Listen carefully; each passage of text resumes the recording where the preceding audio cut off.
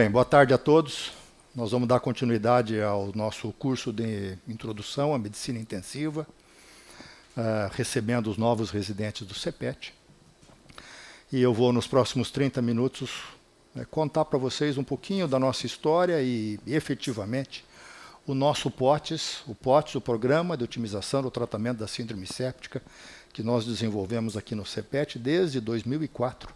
Ele já está na sua 5ª versão, especificamente porque no final do ano passado foi publicado o 5º consenso da Surviving Sepsis Campaign para o tratamento, para abordagem do doente com sepse, do diagnóstico do doente com sepse e do tratamento do doente com sepse.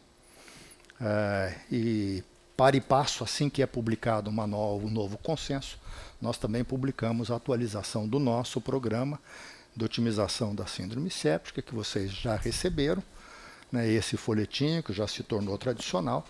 Ele é um PDF que vocês podem buscar isso no site do CEPET, fazer o download, e ele é disponível para todos. Muito bem, nós vamos ver aqui então uma atualização, né? Eu sou responsável aqui pelo CEPET, preceptor de vocês, e vou apresentar o sepse então nos próximos 30 minutos. Sepse é a doença mais prevalente dentro das unidades de terapia intensiva. Ela colabora para aproximadamente 30 milhões de casos de sepsis novos por ano. Aproximadamente 8 milhões de pacientes morrem por sepse, uma morte a cada 3 segundos e meio. Então, ela é uma doença altamente incidente, mas principalmente uma doença prevalente, porque esses doentes ficam vários dias internados dentro das unidades de terapia intensiva. Com a publicação da última recomendação da Surviving Sepsis Campaign, publicado em novembro de 2001, publicado tanto na Intensive Care Medicine quanto no Critical Care Medicine, ato contínuo nós fizemos o nosso POTS, que está na mão de vocês. E é isso que eu vou apresentar. A grande mudança de abordagem do doente com sepse, de choque séptico, com desenvolvimento da campanha Sobrevivendo à Sepse, foi encarar a sepse como uma doença sensível ao tempo, né? Durante muito tempo a gente encarava trauma, infarto agudo do miocárdio, os AVS como doenças sensíveis ao tempo, mas nesses últimos 20 anos a sepse é uma doença sensível ao tempo e ela tem 3 ondas praticamente. A primeira onda é uma onda de diagnóstico da sepse, e rapidamente o início da antibiótico terapia e o início da ressuscitação hemodinâmica. Uma segunda onda, que é a fase de otimização hemodinâmica e antimicrobiana. Então, essa primeira onda ela deve ser feita onde o doente estiver, no serviço de emergência, num quarto, numa enfermaria, ou dentro da unidade de terapia intensiva, se a sepse começar ali dentro. Essa segunda onda, que é a onda da otimização hemodinâmica, ela é feita basicamente dentro das unidades de terapia intensiva. É aquela fase em que, né, depois das primeiras 2, 3, 4 horas, onde o médico intensivista mais faz a diferença na evolução clínica desses doentes.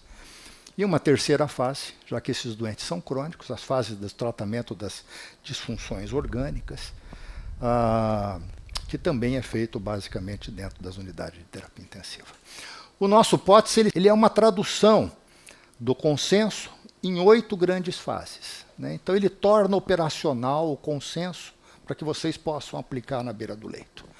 E eu vou descrever cada uma dessas fases. O primeiro deles, talvez o mais importante, seja reconhecer o doente como portador de uma síndrome séptica, porque se passar despercebido, nenhuma das outras fases é possível ser feitas na sequência.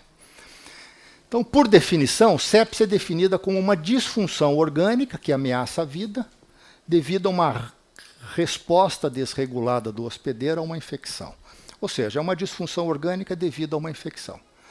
Fácil de ser definida, mais difícil de ser percebida na beira do leito.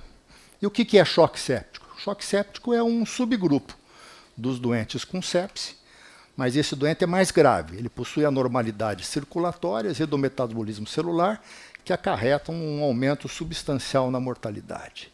Mais ou menos 20% dos doentes com sepse morrem no mundo. e mais ou menos 50% dos doentes com choque séptico morrem.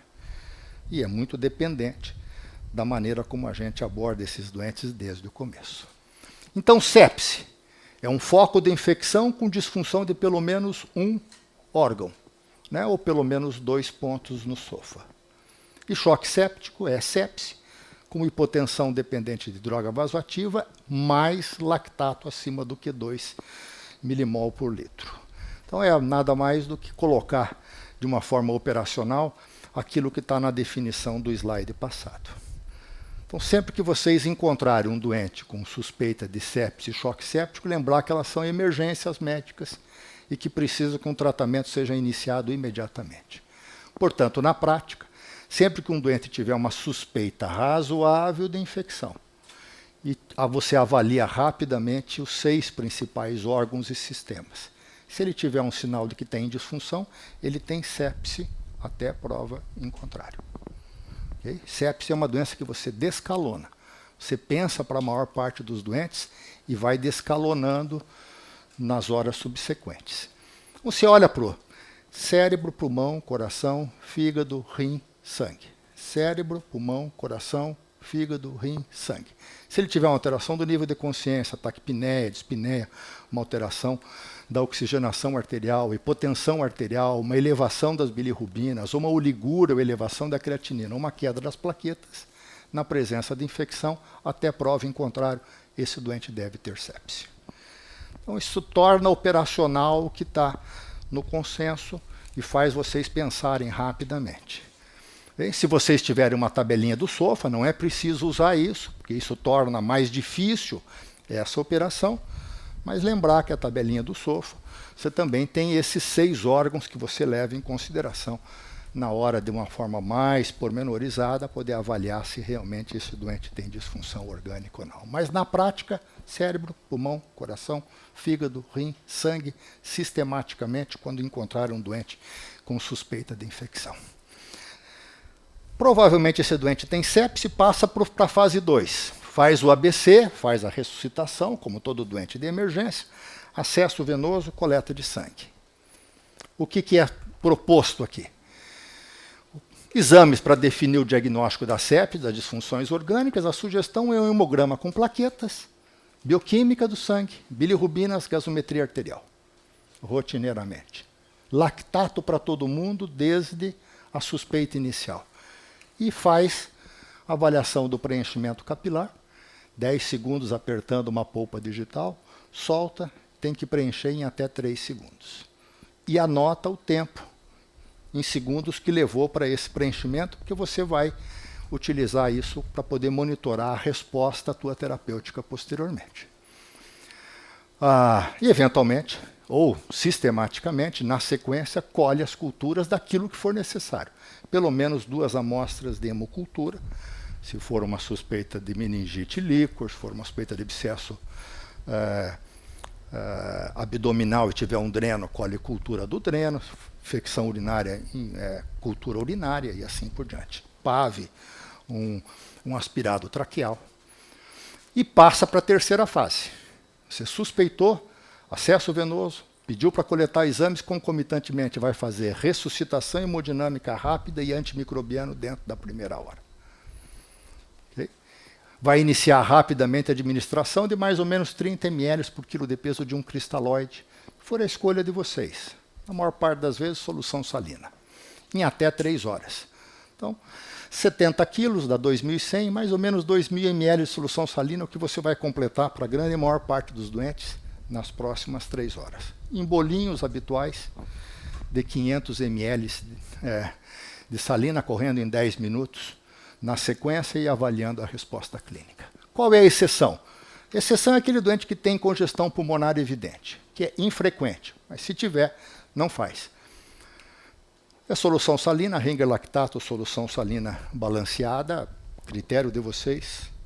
Os estudos acabaram mostrando que tanto faz qualquer um desses cristalóides. O objetivo é manter uma PAM acima de 65. Se necessário, com a administração de volume, já inicia junto o vasopressor. Elevar a pressão arterial para pelo menos 65 de PAM, modifica significativamente para o bem a evolução clínica desses doentes. O vasopressor é noradrenalina. Começa com 0,1, 0,2, 0,3 microgramas por quilo por minuto de noradrenalina e vai aumentando isso rapidamente à medida que o cristalóide vai subindo e vai olhando para a pressão, mantendo essa pressão em pelo menos 65. Na sequência faz um acesso venoso e põe PAM, ok? Hoje nós já temos se você garantir que uma veia periférica está bem colocada, inicia o vasopressor mesmo para a veia periférica, mas já pede um material para fazer o acesso venoso central e a PAM, para dar sequência posteriormente.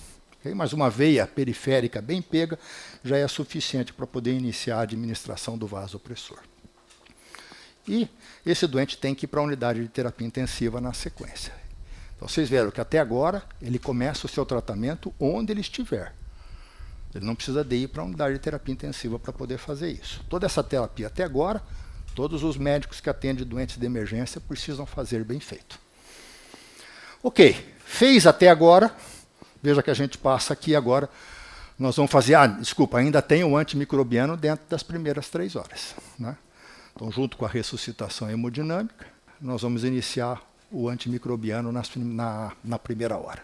Okay?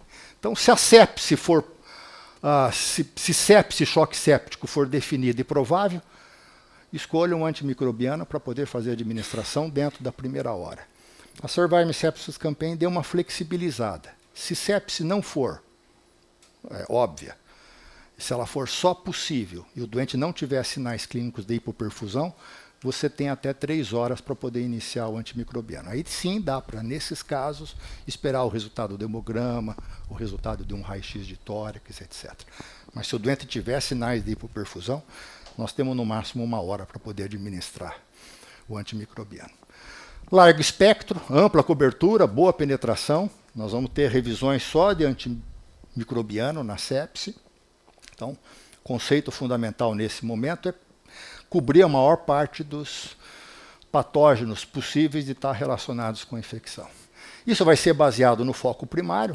Então, infecção urinária é diferente, os patógenos de infecção respiratória, por exemplo, mas também baseado na epidemiologia do doente para bactérias resistentes a múltiplas drogas. Então, a maior parte desse momento, esses doentes que são comunitários precisam de antibióticos de menor espectro, os doentes com sepse hospitalar, os imunossuprimidos, vão precisar de um espectro antimicrobiano maior. Né? Os doentes mais graves e com risco de bactérias resistentes a múltiplas drogas, de um modo geral, precisam de um espectro maior. Não porque o espectro maior vai ser melhor para a bactéria, mas é que aumenta a chance de você cobrir os patógenos multiresistentes que esses doentes eventualmente possuem como causa da sua infecção primária. E lembrar do PK/PD, né, ou seja, os beta-lactâmicos nós vamos administrar de uma forma mais lenta, os aminoglicosídeos, por exemplo, em dose única, diária e dose alta. Então, para cada antimicrobiano é importante isso. Até essa fase, ressuscitação hemodinâmica antimicrobiana, ela tem que ser feita onde o doente estiver. E aí esse doente, então, fazendo isso, ele vai sendo transferido para a unidade de terapia intensiva, se lá já não estiver. Se estiver, damos continuidade agora com o próximo ponto, que é a otimização hemodinâmica e antimicrobiana. Primeiro, volume.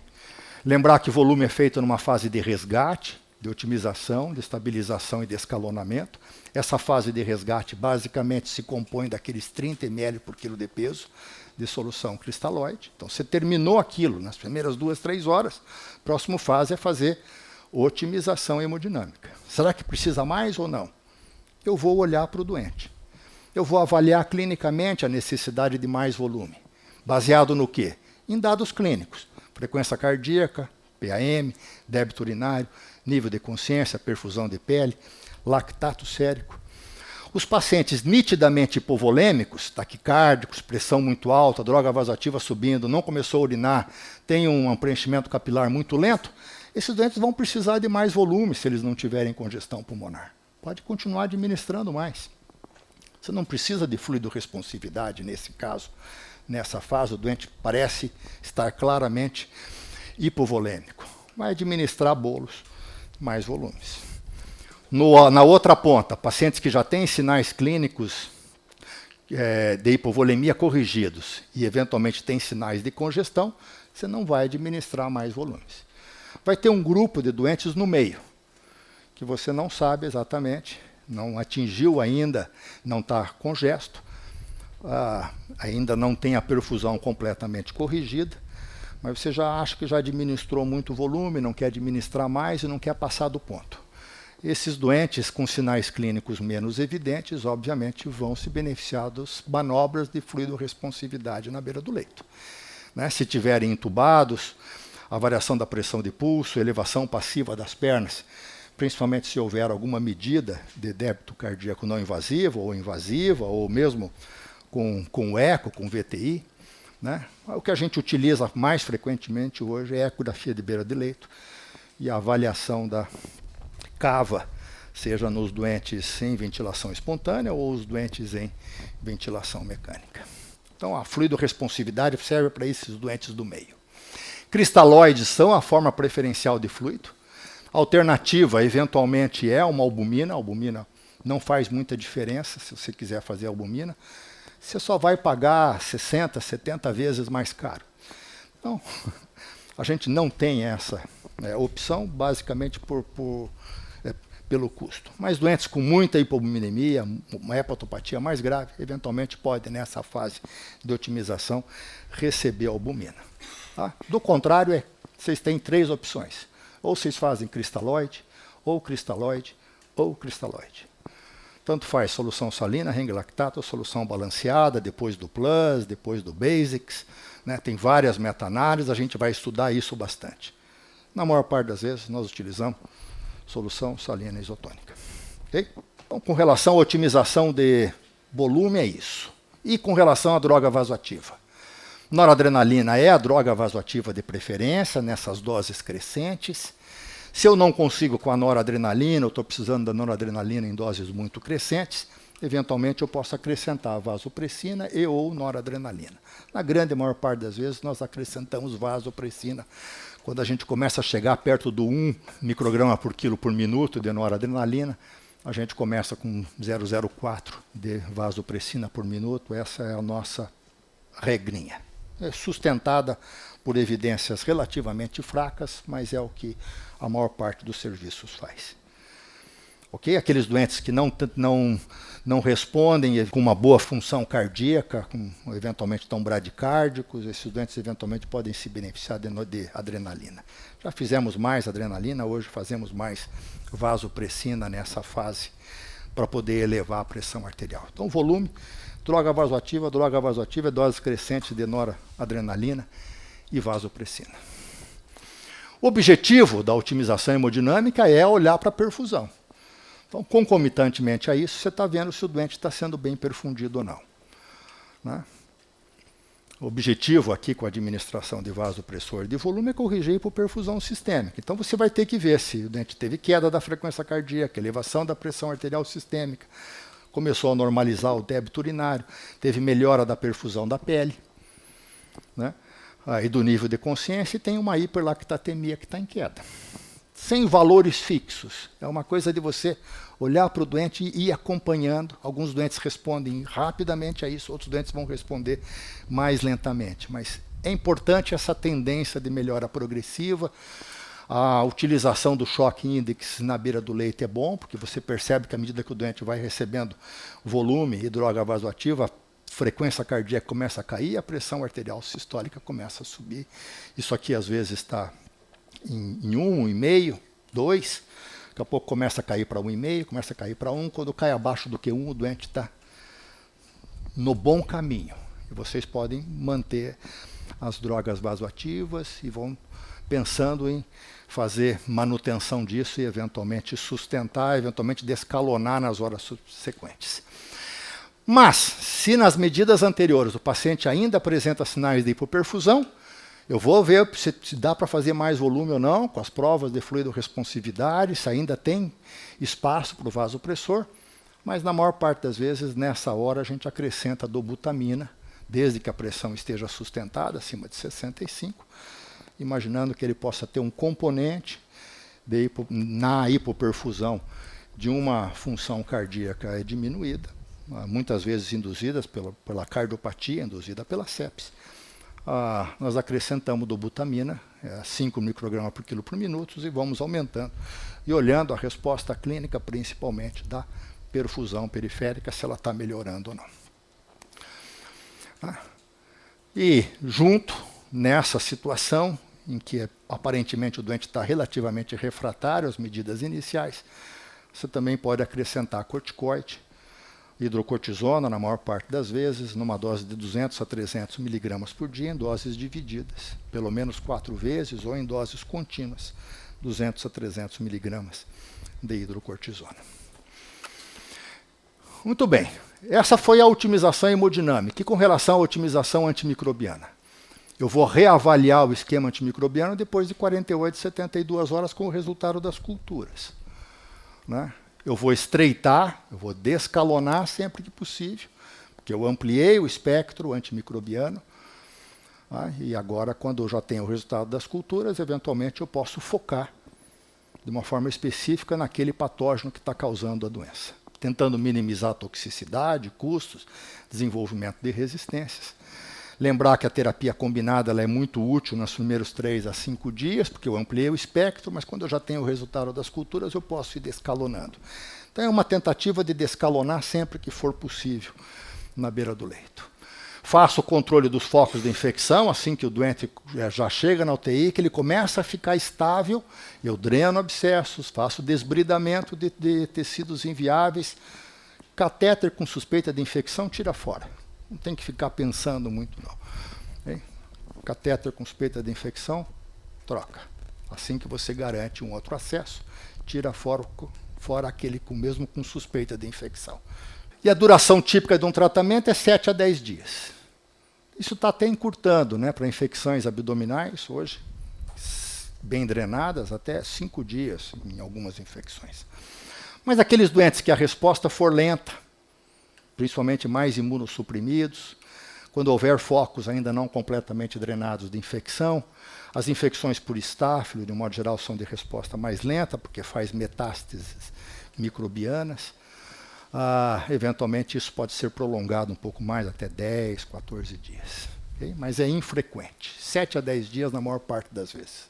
Nós utilizamos sistematicamente um biomarcador, procalcitonina onde não houver a gente utiliza, proteína C reativa, para analisar o contexto clínico do doente. Melhorou clinicamente, melhorou as imagens, melhorou a CIRS do doente, melhoraram as disfunções orgânicas e a PCR ou a procalcitonina estão em queda ou já normalizaram. Está na hora mesmo da gente suspender o antimicrobiano e eventualmente até encurtar o tempo. Não serve para diagnóstico, mas nos auxilia nessa fase de descalonamento, sem nenhuma dúvida. Então, essa é a fase principal, na qual um especialista, na qual vocês realmente fazem a diferença nessa fase 5 do POTS, de otimização hemodinâmica e antimicrobiana. Depois vem aquela fase da terceira onda, das disfunções orgânicas, da ventilação mecânica prolongada, do suporte nutricional, da diálise e assim por diante. Então, rapidamente. Suporte ventilatório. A ventilação não invasiva ou catéter de alto fluxo estão aí. A gente sempre faz tentativas naqueles doentes que não estão completamente muito descompensados. Muitos dos doentes a gente consegue evitar que eles vão para a ventilação mecânica. Mas, na dúvida, esse doente vai para a ventilação mecânica protetora desde o começo. Ajusta o volume corrente para cerca de 6 ml por quilo de peso e mantenha. Pressão de platô sempre abaixo do que 30 centímetros de água. E uma driving pressure abaixo do que 15 centímetros de água. Essa é a rotina, o que significa aí uma ventilação mecânica protetora, e procuro manter uma PIP moderada, alta, alguma coisa como 10 a 15 miligramas por quilo de peso. De modo geral, a gente utiliza a tabelinha do ARDSNET para poder regular, de acordo com a necessidade do doente, com a PIP, a FO2 desse doente. Tentando sempre manter uma FO2 abaixo do que 0,6 e uma pressão de pulso acima do que 92%. a menor FiO2 para poder manter essa saturação de pulso acima do que 92. Terapia de substituição renal. A coisa meio que ficou fácil assim para a maior parte dos doentes. As terapias de substituição renal não devem ser iniciadas sem uma clara indicação. A gente não faz diálise precoce, diálise profilática, né? A gente deixa para poder fazer diálise mesmo quando o doente tem uma dessas 4 indicações. Quando ele tem hipervolemia, que eu não consigo tirar por diurético. Quando ele está com uma acidose refratária, com hiperpotassemia ou com acidose grave, ou com sinais de uremia. Desculpa, qualquer uma dessas 4 tem indicação clara de fazer diálise. Diálise intermitente me parece ser igual ao contínuo. É claro que aqueles doentes muito descompensados, eles só vão suportar fazer diálise contínua. A contínua pode facilitar o manejo hemodinâmico, né, principalmente naqueles doentes que estão com droga vasoativa muito alta, para não fazer grandes desequilíbrios metabólicos e volêmicos no doente. Nada dessa história de ficar purificando o sangue, fazer diálise precoce, porque tira a citocina, nada disso funciona. Okay? Então nós somos de fazer as coisas que o doente precisa, né? Hiperglicemia. Aprendemos nos últimos 20 anos que o doente com hiperglicemia precisa ser controlado e é com insulina endovenosa contínua. Todas as unidades de terapia intensiva têm os seus protocolos que, de modo geral, são gerenciados pelo pessoal de enfermagem. Cabe a vocês olharem se esses protocolos estão sendo feitos de uma forma adequada. Se após a estabilização inicial o paciente tiver pelo menos 2 glicemias consecutivas acima do que 180, nós iniciamos insulina endovenosa contínua para mantê-la abaixo de 180 miligramas por decilitro. O NICE Sugar foi o estudo que definiu essa estratégia para controlar a hiperglicemia na UTI. Evitando hipoglicemia e grandes variações de glicemia são outros elementos desglicêmicos que também têm um impacto deletério na evolução clínica dos doentes. Evita a hiperglicemia, evita a hipoglicemia e evita variações muito bruscas. Tudo isso com uma administração estável de insulina, de acordo com destros, frequentemente, para poder monitorar essa glicemia. Faço sangue para o doente ou não? Depois da ressuscitação hemodinâmica, o doente já está indo no trem, está adequada, a perfusão já está se estabilizando. Não adianta eu querer elevar acima do que 7 a hemoglobina. 7 é o meu mínimo, eu só faço transfusões de concentrado de hemácia se a hemoglobina estiver abaixo do que 7. Pacientes estáveis e bem perfundidos não vão, então, precisar de transfusão adicional. Existem alguns doentes, que são aqueles doentes que têm isquemia miocárdica, têm isquemia cerebral, hipoxemia grave ou hemorragia aguda. Esses doentes podem necessitar de 8, 9, até 10 de hemoglobina. Mas são exceções à regra. Estabilizou, 7 de hemoglobina, para a maior parte dos doentes é suficiente. Terapia nutricional, também devagar com andor. Se os doentes precisam ser nutridos, geralmente eles são desnutridos. Desnutrição está associada com mau prognóstico, mas muita rapidez na nutrição também piora o prognóstico. Okay? Então, 12 horas, 18 horas para poder estabilizar o doente e rapidamente esse doente precisa receber um suporte nutricional após a ressuscitação imediata, idealmente a nutrição enteral para todo mundo. E eu não preciso fazer hiperalimentação calórica nos primeiros dias. Eu vou evoluindo isso para poder atingir a necessidade calórica do doente ao redor do 5º dia, do 6º dia. Está bem adequado. Muito bem, esses são os suportes às disfunções orgânicas, é o nosso dia a dia, os tratamentos adicionais, como eu já falei. Para terminar aí, 2 slidezinhos sobre a monitorização das disfunções orgânicas. Eu vou iniciar e manter os suportes necessários às disfunções orgânicas pelo menor tempo necessário para poder minimizar as complicações, aquela história de pôr o doente no leito, de todos os dias reavaliar se dá para tirar o catéter, todos os dias reavaliar se eu posso estubar, se eu posso tirar a sonda urinária, enfim, se eu posso descalonar não só as diversas terapias, a administração de volume, o antibiótico, mas também as diversas intervenções que foram feitas. Para isso eu preciso de monitorizar disfunções orgânicas diariamente, com vários índices. A gente utiliza o SOFA diário para poder avaliar mesmo se o doente está melhorando as disfunções orgânicas e a resposta terapêutica. E, eventualmente, alguns doentes eu tenho que encarar de que ele não vai responder à minha terapia e que eu preciso, num determinado momento, estabelecer um limite para o meu suporte avançado de vida. Nós fazemos isso com alguma regularidade, quando se percebe, quando se consensua, que eventualmente nós chegamos num limite que estamos sendo fútil, né? Tudo isso dentro do prognóstico clínico de cada um dos doentes. Para poder terminar, já acabando, com as monitorizações das disfunções orgânicas, é importante que você, se for dar alta para o doente, que faça uma adequada transição de cuidados. Esses doentes sofrem muito, porque chega num determinado momento, o intensivista acha, não, aqui já acabou o meu papel, eu vou mandar para a enfermaria, e aí o doente vai para a enfermaria sem uma transição adequada de cuidados, com quem vai continuar o atendimento desses doentes. É muito frequente daí que haja uma solução de continuidade importante nos tratamentos, que esse doente complica, que esse doente volte, porque nem tudo foi feito.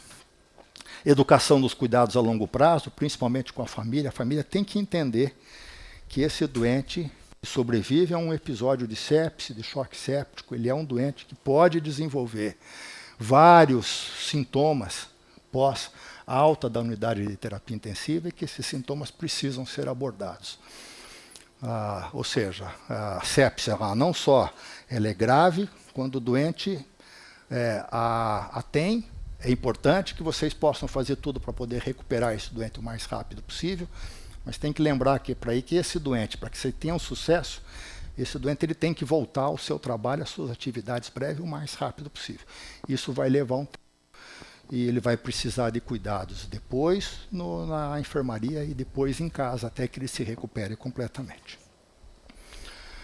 Era isso que eu tinha para passar para vocês a respeito do POTS, a nossa atualização da campanha Sobrevivendo à Sepse.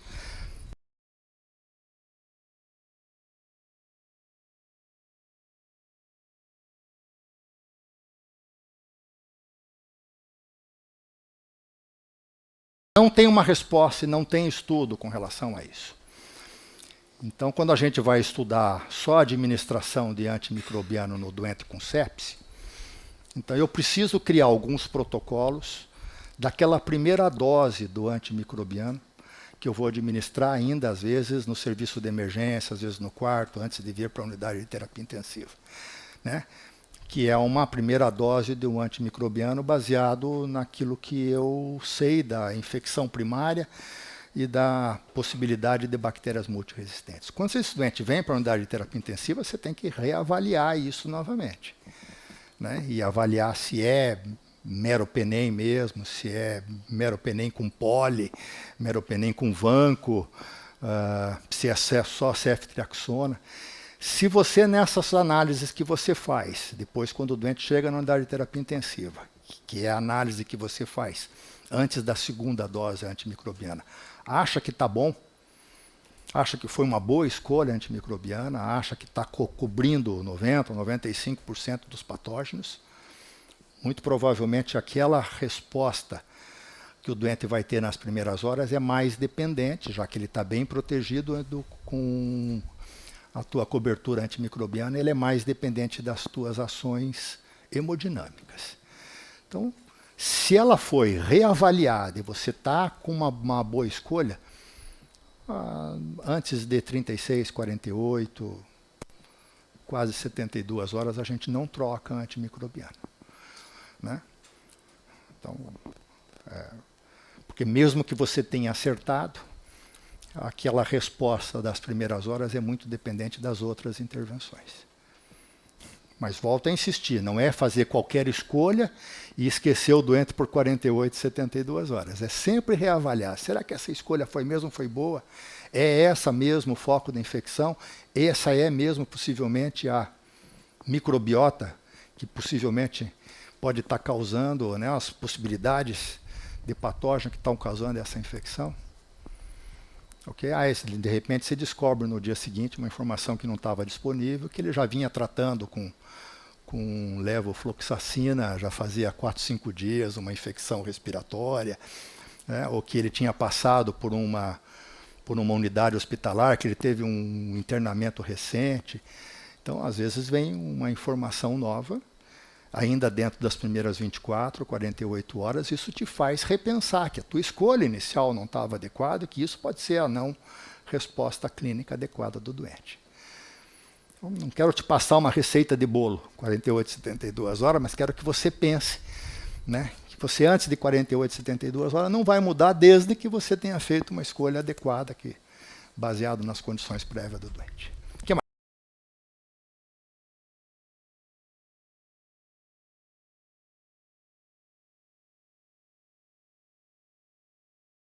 O escalonamento, a introdução do antibiótico no doente com sepse, estamos falando aqui de uma introdução de um corticoide num doente que é dependente de droga vasoativa, com sepse e choque séptico, no caso. Né? Todos os doentes aqui que vão receber corticoide estão dependentes de droga vasoativa e geralmente com hiperlactatemia. Então são doentes com choque séptico. A teoria que tem por trás da introdução do corticoide nesses doentes é que esses doentes podem ter uma insuficiência adrenal relativa, não absoluta. Na maior parte das vezes, se você medir cortisol desses doentes, o cortisol vai estar alto. Mas pode ser que a suprarrenal de alguns desses doentes esteja no limite da sua capacidade de poder secretar cortisol. E, consequentemente, alguns trabalhos desde o final da década de 90 mostraram que administrar corticoide para um grupo desses doentes pode fazer com que você possa retirar a droga vasoativa mais cedo e, eventualmente, diminuir a mortalidade. Okay? Vários estudos foram feitos na sequência e não mostraram a mesma coisa que os estudos originais, principalmente o estudo da Nani, que está fazendo 20 anos agora este ano. Parece que a mortalidade não é alterada sistematicamente pela administração de corticoide. Mas praticamente todos os estudos mostraram que você retira a droga vasoativa mais cedo. Talvez por causa de uma sensibilização de receptores adrenérgicos na periferia, e eventualmente algum desses doentes podem ter uma insuficiência adrenal relativa. Então, enquanto esses doentes podem ter essa situação clínica, enquanto eles estiverem, eles podem se beneficiar do corticoide. Então, primeiro, são doentes com sepse grave. Né? Porque, afinal de contas, todos os doentes com sepse e choque vão precisar de droga vasoativa, mas não são todos que têm insuficiência adrenal. Então, como é que você utiliza qual é o marcador clínico? É aquele que a droga vasoativa está crescendo e você só com a tua otimização hemodinâmica não está conseguindo compensar. 200 a 300 miligramas de hidrocortisona por dia. Quanto tempo a maior parte dos estudos mantiveram? 5 dias em dose alta, 5 dias diminuindo. Mais ou menos 10 dias. 5 dias 200 a 300 e nos próximos 5 dias você diminui alguma coisa como 50 miligramas de hidrocortisona por dia. Você vai obedecer isso de forma cega? Não. Alguns doentes melhoram muito rapidamente. 2, 3 dias você saiu da droga vasoativa. Você pode fazer uma diminuição mais rápida desse corticoide. Alguns doentes ficam mais tempo com droga vasoativa muito alta, né? Fazem uma segunda infecção. Tem uma infecção primária que não foi adequadamente drenada. Então, esses doentes podem ser mantidos 7, 8, 9 dias, 10 dias com doses mais altas de corticoide. Okay? Tem só que lembrar que na hora de retirar o corticoide, se ele ficou mais do que 15 dias com dose alta de corticoide, esses doentes podem precisar daí de doses baixas de corticoide, porque a sua suprarrenal ficou relativamente hipotrofiada e vai levar dias, às vezes semanas, para poder voltar a funcionar normalmente. É como um doente com artrite reumatoide que toma muito tempo corticoide, que você não retira o corticoide subitamente. Ok? Então nós vamos sempre nesse caminho de tentar entender as razões do porquê que foi feito, se eventualmente precisa ser feito mais tempo, ou se dá para poder retirar mais rapidamente.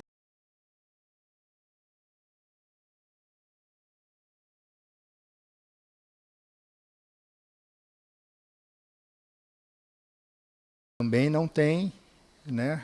Muita gente pergunta essa mesma coisa, também eu não tenho um estudo para poder te dizer. A maior parte de quem ouve essa pergunta sugere que a gente comece com noradrenalina e acrescente vasopressina e depois retire a vasopressina e deixa a noradrenalina para poder retirar posteriormente. Acho que é isso que a gente deve fazer sistematicamente.